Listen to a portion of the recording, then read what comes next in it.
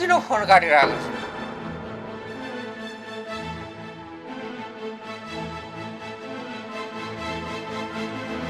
र मेरो बसन्तीलाई केही भयो भने कसैले छोड्ने छैन मैले।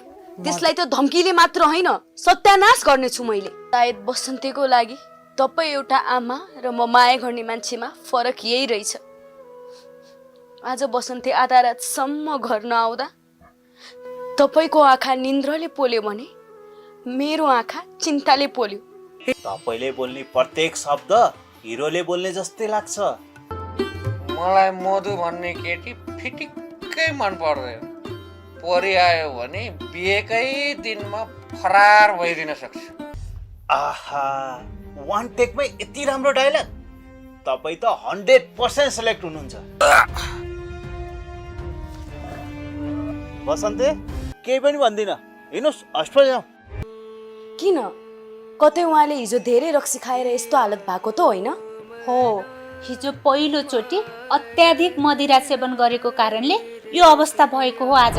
इन्द्रले बसन्तलाई जबरजस्ती रक्सी खुवाउनु लगाएर धेरै रक्सी खाइसकेपछि उसले बमिट गरेका छन्। अनि रगतले बमिट गरिसकेपछि इन्द्रले भने अहिले आफैले हस्पिटल लिएर गएका थिए। मधुले भने 100 चोटि कल गर्दाखेरि पनि फोन काटे नउठाइसकेपछि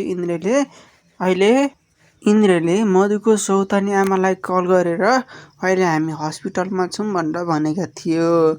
अनि त मधुको बाउलाई थाहा भइसकेपछि एक्कासी मधुलाई कल गरिहाल्छन्। अनि त इन्द्र पनि हस्पिटलमा छ अरे भनिसकेपछि मधुको त साथै गएको थियो। अहिले मधु हस्पिटल पुगिसकेको छ। अनि त हस्पिटल पुगिसकेपछि मधु तिम्रो बिरामीले अहिलेसम्म रक्सी खाएको छैन भन्दाखेरि उहाँलाई त रक्सी भनेको के हो त्यो नि थाहा छैन भन्दाखेरि अहिले डक्टरले भने तपाईँको बिरामीले फर्स्ट टाइम यति धेरै रक्सी खाएको कारणले गर्दा तपाईँको बिरामीलाई यस्तो भएको हो भनेर भनेपछि मधु एकदमै धेरै रिसाएको जस्तो भएकी छिन्। साथीहरू, भिडियोमा